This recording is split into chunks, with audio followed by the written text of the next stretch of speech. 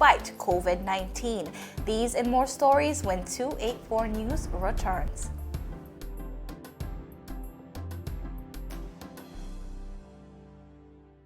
We understand that you cannot come to the store and encourage you to stay at home. If you need assistance with bill payments, top-ups, or troubleshooting, we are here to help.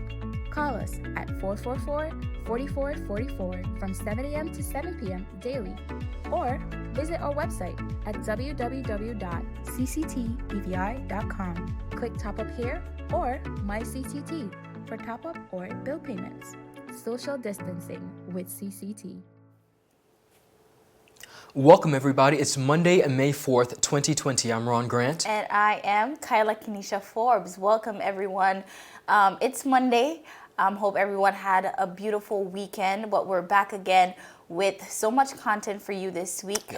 Yes. But also what's happening this week, Ron, is our students and teachers are actually starting their Trinity term virtually. So students and teachers are at home working from online, and I think this is quite some exciting stuff. So we definitely want to wish them happy virtual Trinity term.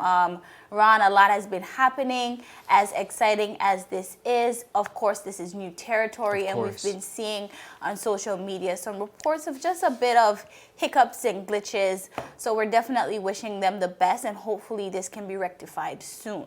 Definitely. Kyla, as usual, this is something new that both teachers and students as well as parents are facing. So we want to make sure that we wish them the very best and just rally around our education system as we embark on a very new journey.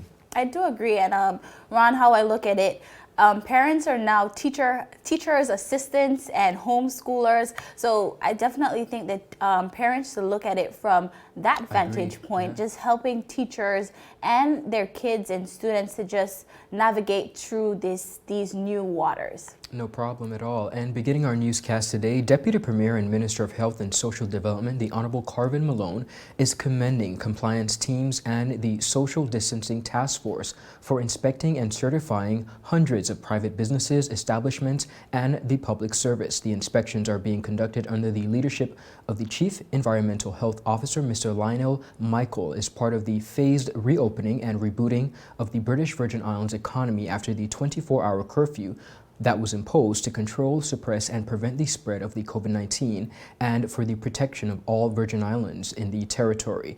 Honorable Malone said in the statement, and I quote, "As these businesses step up to the plate and put the necessary resources in place to operate safely, I once again appeal to the wider community to take personal responsibility for complying with these measures." Honorable Malone highlighted that the more we adapt to the realities of the new COVID-19 environment, the better the chances of restoring the social and economic fabric of the society that we will help to be successful in the long term. Businesses listed in the Curfew Act 2017 imposition of curfew number 14, Order 2020, that have not been inspected by the Environmental Health Division and the Social Distancing Task Force are to remain closed to the public until they are given the approval to open.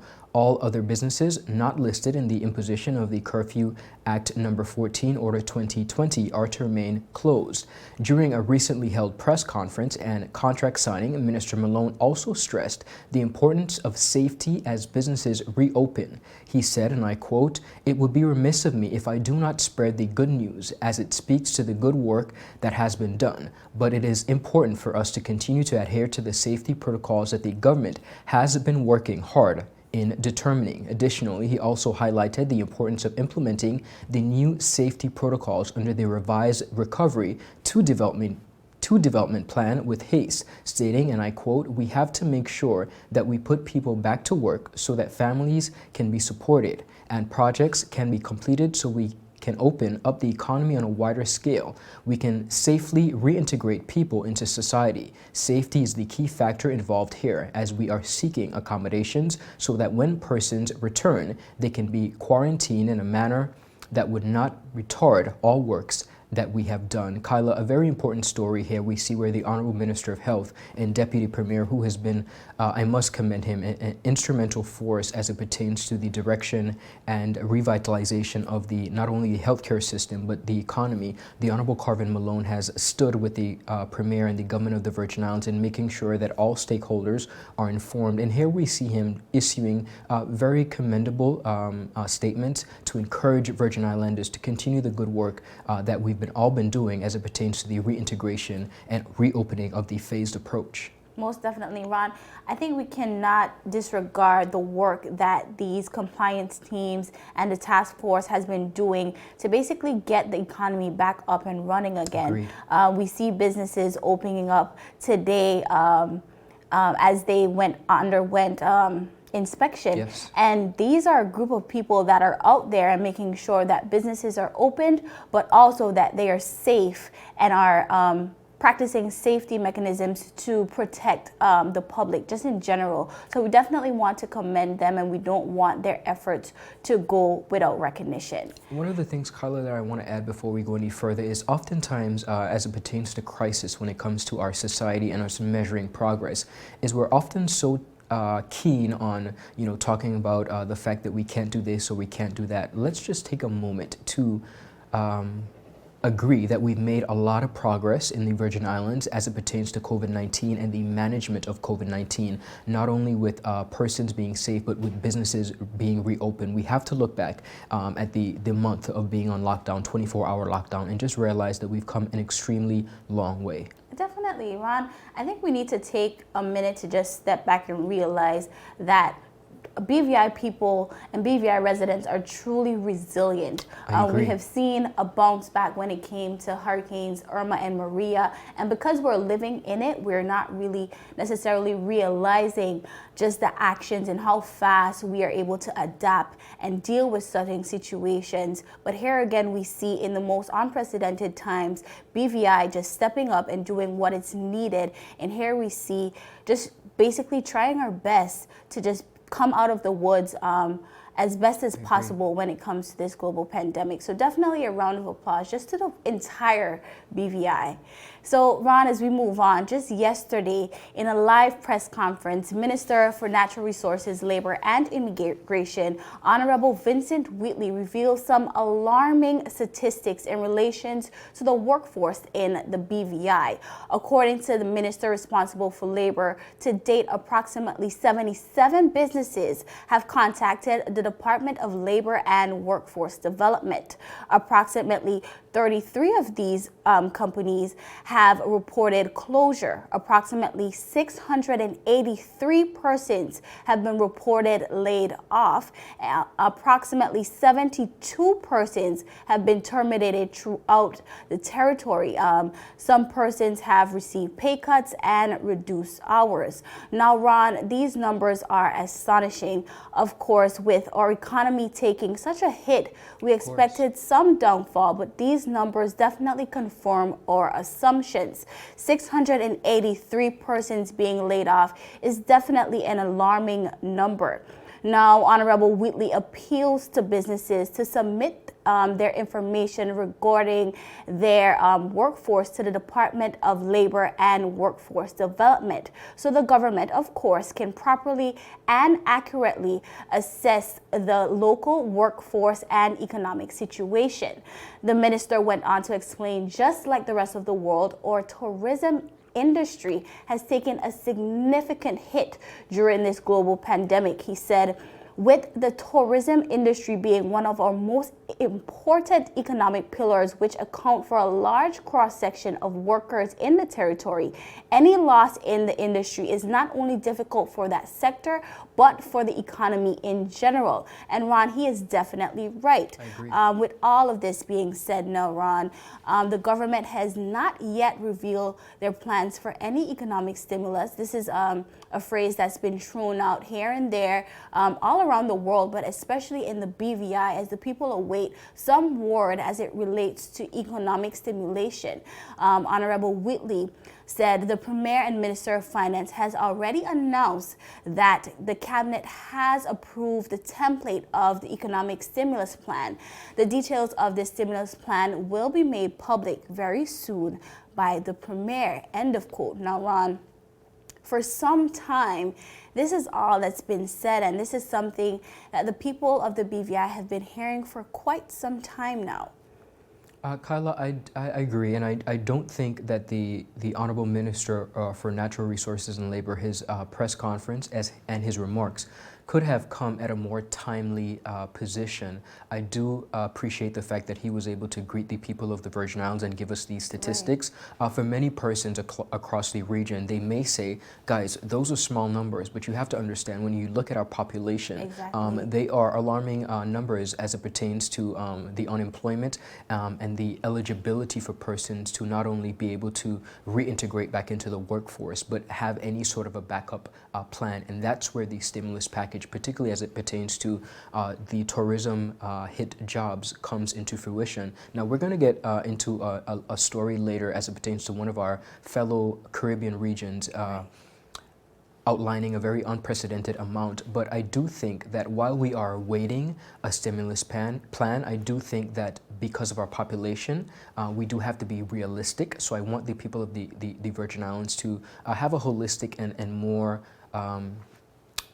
relatable and understanding view as it pertains to the figures and perhaps it being laid out in phases. But I do think it's something that we have to look at specifically as it pertains to the population. Most definitely, Ron. But as you said, later down in the newscast, we'll speak a little bit more about the BVI compared to another jurisdiction in the Caribbean. So viewers, we'll be right back. So still ahead, we have newly established BVI OC Athletes Commission to host online workshops. So stick with us and we'll be right back. Eco? Eco? Eco? Everyone is speaking about eco-friendly products. We wanted to take the time to introduce the Eco Island brand. Eco Island is a brand dedicated to providing you with a reliable and cost-effective solution. Eco-friendly products for your restaurant, hotel, bar, office, and home. With takeaway trays, bags, cups, paper straws, cutlery, and cleaners. For more information, follow us at Eco Island 100. Viewers, welcome back. You're watching 284 News. The BVI Olympic Committee has established an athletics commission which will represent the athletics and teams of the Virgin Islands who compete in major international games and competition. The BVI OCAC is part of the worldwide network of athletes commission which communicates regularly with the International Olympic Committee IOC Athletes Commission, created to serve as a link between the athletes and the IOC and to support and protect clean sports. The Commission's mission is to represent all sports with the National Federation affiliated with the BVI OC and to recognize the voice of BVI athletes and maximize support of athletes through Olympic solidarity and other programs to increase participation and improve performance at the CAC Games, Commonwealth Games, Pan Am Games, and Olympic Games. Chairperson of the Commission, Ms. Ashley Kelly, said in a statement, and I quote, "We want to be a resource for all of the national federations and their athletes as they prepare to compete at regional, continental, and international events. The Virgin Islands Athletes Commission will represent the interests of the national athletes and teams whose feedback on their experiences at major competitions will help shape the decisions of governing bodies, be it the BVI Olympic Committee, national federations, international federations, or the International Olympic Committee." The members of the BVI OCAC are required to be athletes who have competed at major international competitions. The current members appointed by the BVI OC and who will sit for a 4-year term are Ms. Ashley Kelly, Athletics Chairperson, Joe Chapman, Squash Secretary, Shamora Penn, Softball Public Relations Officer, Ms. Chantal Malone, Athletics, Athlete Initiatives, Kyron McMaster, Athletics, Athlete Initiatives, and Eldred Henley, Athletics, Athlete Initiatives. The commission will be represented by the BVI OC's Board of Executives. Now, the objective of the commission are to be accessible to all national federation athletes competing at regional and international levels, whether as an individual or as a team, and to consider issues related to the athletes so that they are provided with advice to the BVI OC. The Commission will also actively engage athletes with initiatives and projects that protect and support clean athletes on and off the play. The Commission's first initiative is a workshop on sports psychology and the mental approach to on-field success, which will take place at 7 p.m. on Tuesday, May 12th, 2020. The free 60 to 9 minutes virtual Zoom meeting will feature Dr. Margaret Otley, a Trinidadian native who is one of the most sought-after sports performances psychologists. Dr. Otley worked at 4 Olympics, 1 with USA Track and Field, 2 with Trinidad, where Team Trinidad won its most Olympic medals to date, and Rio, where she worked with individual athletes, including Keshron Walcott of Trinidad and Tobago, their only medalist in Rio. The discussion will be moderated by our very own Kyron McMaster, the VI's Commonwealth gold medalist and IAAF Diamond League champion in the 400-meter hurdle. Some topics in the discussion include visualization, goal setting, building confidence, self-talk techniques, and overcoming mental block, with additional material provided for athletes to apply training and competition. The workshop is designed to be interactive and provide practical tools to manage the mental aspect of performance. It will help athletes learn useful techniques to prepare mentality for training and competition. The workshop is open to all athletes, parents, and coaches who can register by emailing Athletes Commission, that's athletescommission@bviolympic.org. Again, that email address is athletescommission@bviolympic.org. Kyla, I am so proud, absolutely so proud of what we call here at 284 Media our Fantastic Four. It's now Fantastic 5 or 6. The number is adding. But here we see young millennial professionals from the Virgin Islands like Miss Chantal Malone, Miss Ashley Kelly, Kyron McMaster, who have excelled and continue to do great things on the athletic scene and represent us very proudly, now come back and make sure that our athletes are well informed, well prepared, even though we are on this a different approach. They are inside, they may not be able to practice as they would like, but we see them making a concerted effort to make sure that our athletes are well informed and protected, and I could not commend them more. I do agree, and what I realized with this story is that, as you said, there is the Fantastic Four that comes from athletics, yes. But also here we see other sports being represented. We have Miss Shamora Penn from softball, and then we have a representative from squash. So we see sports across the board just being represented in the BVI. And as you said, just to keep up-and-coming athletes informed. So this is definitely a great initiative, and I definitely love to see it. So as we move on, the Recovery and Development Agency and the government of the Virgin Islands is full speed ahead as it relates to recovery efforts and the development of the BVI. So now, Friday morning, May 1st, the RTA and the government of the Virgin Islands signed contracts to commence the rebuilding of 2 properties. Those 2 properties are the Flax Administration Building and the Brigado Flax Educational Center, both located in Virgin Gorda. The repairs works are to commence soon on the 3rd phase of the Brigado Flax Education Center on Virgin Gorda, as the government and the RDA signed a contract with local contractor company Quality in Constructions.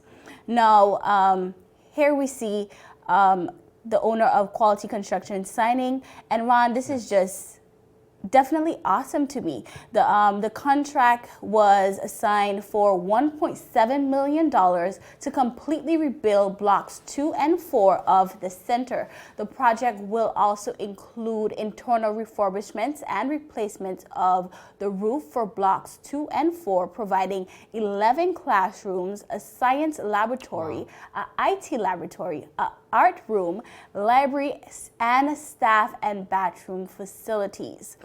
Also going ahead, a contract to begin reconstruction of the Flax Administration Building on Virgin Gorda was signed also on May 1st between the government, the RDA, and a local construction company, Metro Construction.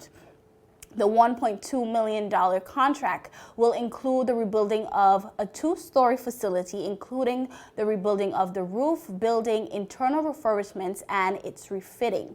Once the Flax building is completed, the facility will be able to provide healthy, safe, and productive facilities for several public servants to provide public services, including but not limited to BVI Post, Social Security, Inland Revenue, Labor, Immigration, Water and Sewage, Environmental Health, Magistrates Department, and the Department of Motor Vehicles. Also in that building, we will see the Civil Registry and the Passport Office and the District Office, all on Virgin Gorda, Ron. So now, Ron, as I witnessed these contracts being signed, it was definitely a sight to see, simply because it gave me hope to see the RTA moving forward with their mandate to help rebuild the territory, even in the midst of COVID-19. And that's what they continually said in the press conference, because even now you would think that the pandemic would halt them, but they have a mandate more so even now to see this through, because just to keep the BVI economy going, because of course the signing of these contracts do also help the economy. So I'm definitely happy to see this moving full speed ahead. I'm definitely loving it. Carla, I could not agree with you more. It was definitely a pleasant sight to see as young Virgin Islanders and entrepreneurs, especially from the sister island of Virgin Gorda, be able to benefit from contracts in such an unprecedented, such an uncomfortable and unknowing time. And I think that at the end of the day, if we are able to forge ahead with these projects, it assures us and the residents that at the end of the day, this too shall pass. So it's not a case where all is lost and we're just going to throw up our hands, but we're going to continue to fight as a people and a country to make sure that the necessary measures are put in place to make sure that all of our people here in the Virgin Islands are taken care of. And that by the contract signing is a great example of the continuation of progress. Most definitely. And here we see 2 projects being started in just a span of a month. And of course, during the press conference, they continually stressed safety precautions, because although these projects will be starting, construction sites and construction workers and contractors are to apply by the same rules being stated all across the board, to just practice social distancing and safe hygiene all through it. So this is definitely a win for Virgin Gorda. Here we see Honorable Vincent Wheatley just working full speed ahead, and the CEO, the acting CEO of RTA, that is, he basically said he challenged all the other district owners, district representatives and ministers to keep pressing on, because definitely Honorable Wheatley is definitely on them to get the job done over in Virgin Gorda. So I'm definitely happy to see that. Carla, I'm sure the Honorable Vincent Wheatley and the Honorable Shireen Flax Charles must be bursting with pride and joy as they see their fellow Virgin Gordians succeed in this manner. I know they are definitely proud. Definitely. So viewers, still ahead, Barbados unveils, get this, $1 billion in a stimulus package, the region's highest to date. So catch more of this when 284 News returns. Is business slow, cash flow down, hosting an upcoming event? We can help. Advertise with 284 Media and take your business or event to the next level by enhancing your present marketing and messaging strategies. Allow our team of experts to create a personalized ad that sets your business apart from all the rest. This could be your business or event. So, what are you waiting for? Contact our marketing team at 284media@cctbvi.com. Advertising with us works.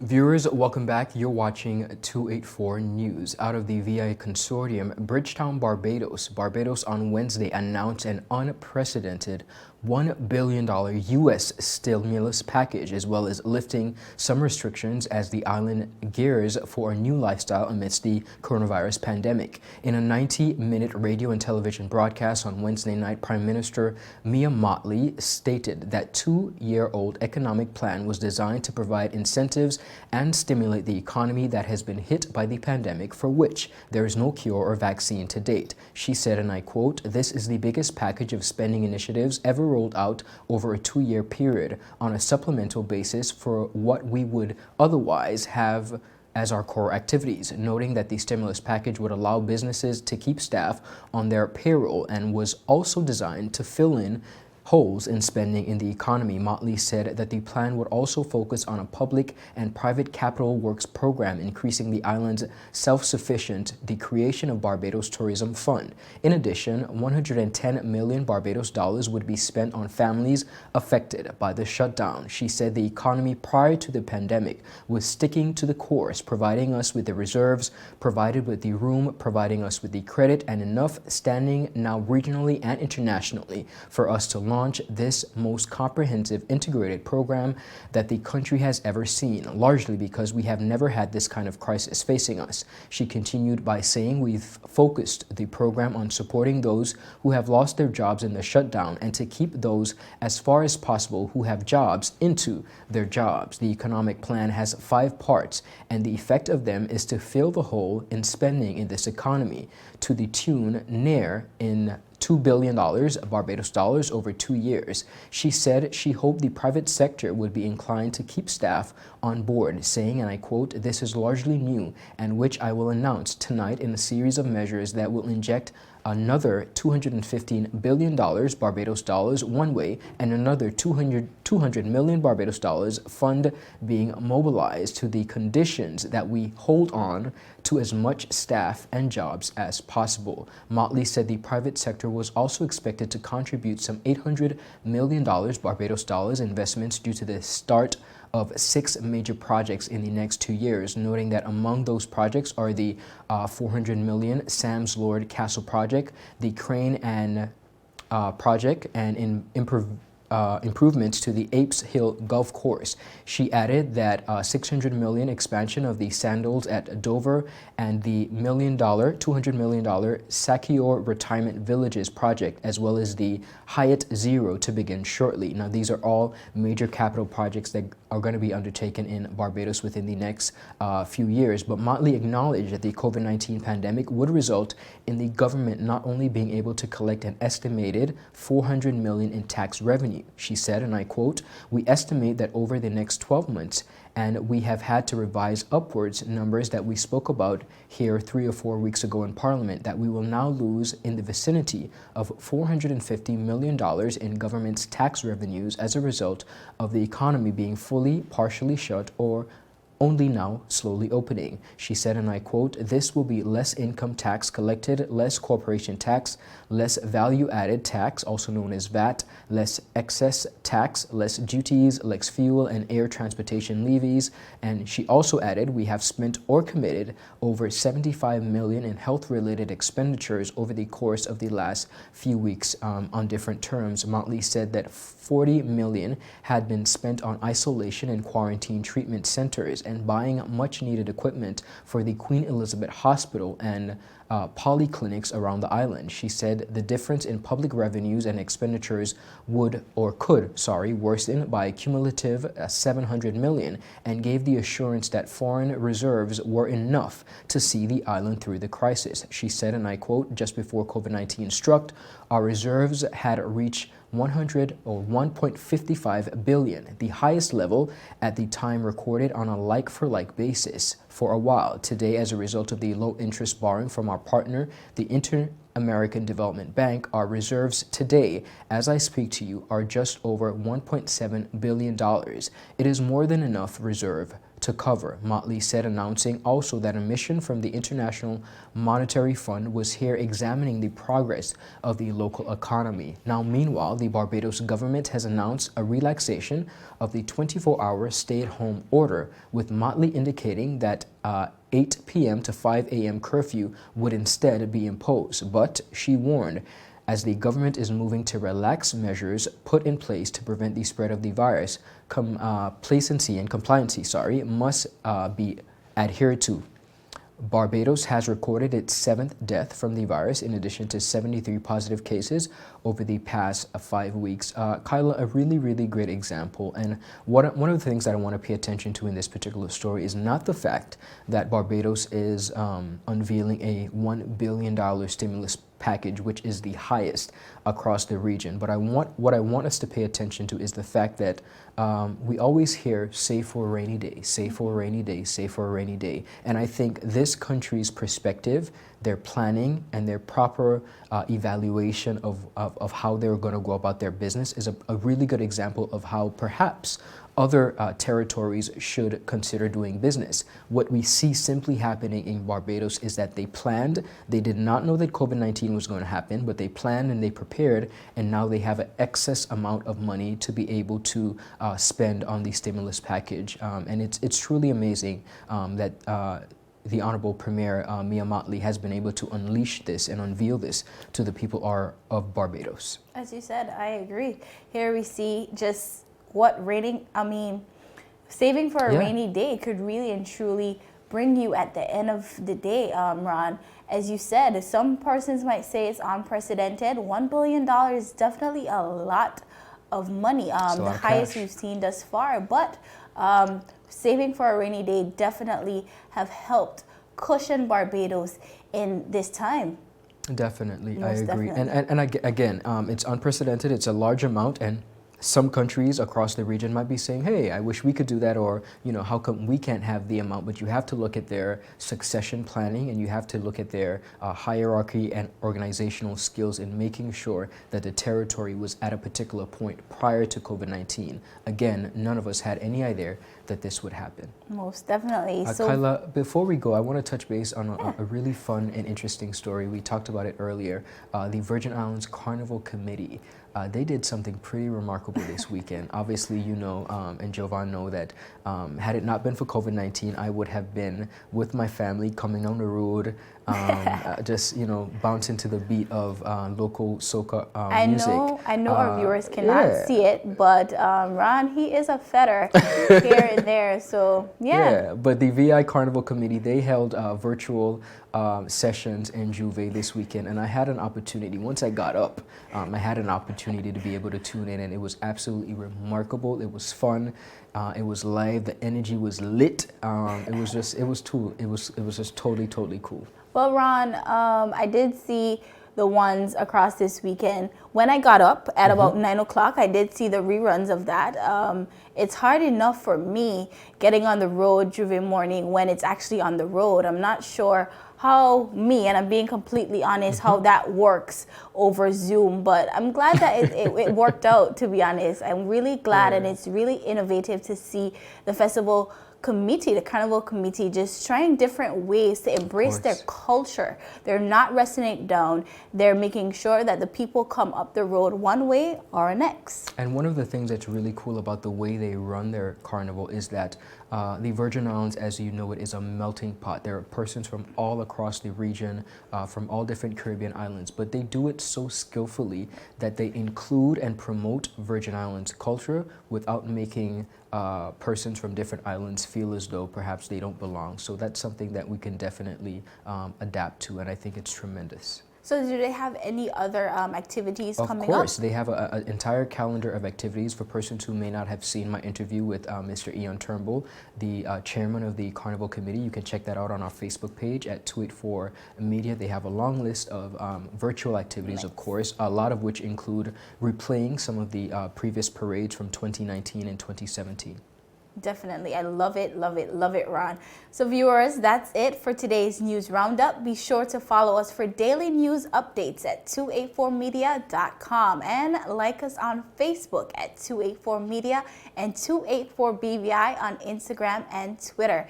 It's always a pleasure, viewers. I am Kyla Kinsha Forbes. And I'm Ron Grant. We'll see you again tomorrow as we deliver your daily dose of local, regional, and of course, international content. We're 284 News, your source for honest and impartial news right here on 284 Media. It's the beginning of a wonderful week, guys. Happy Monday.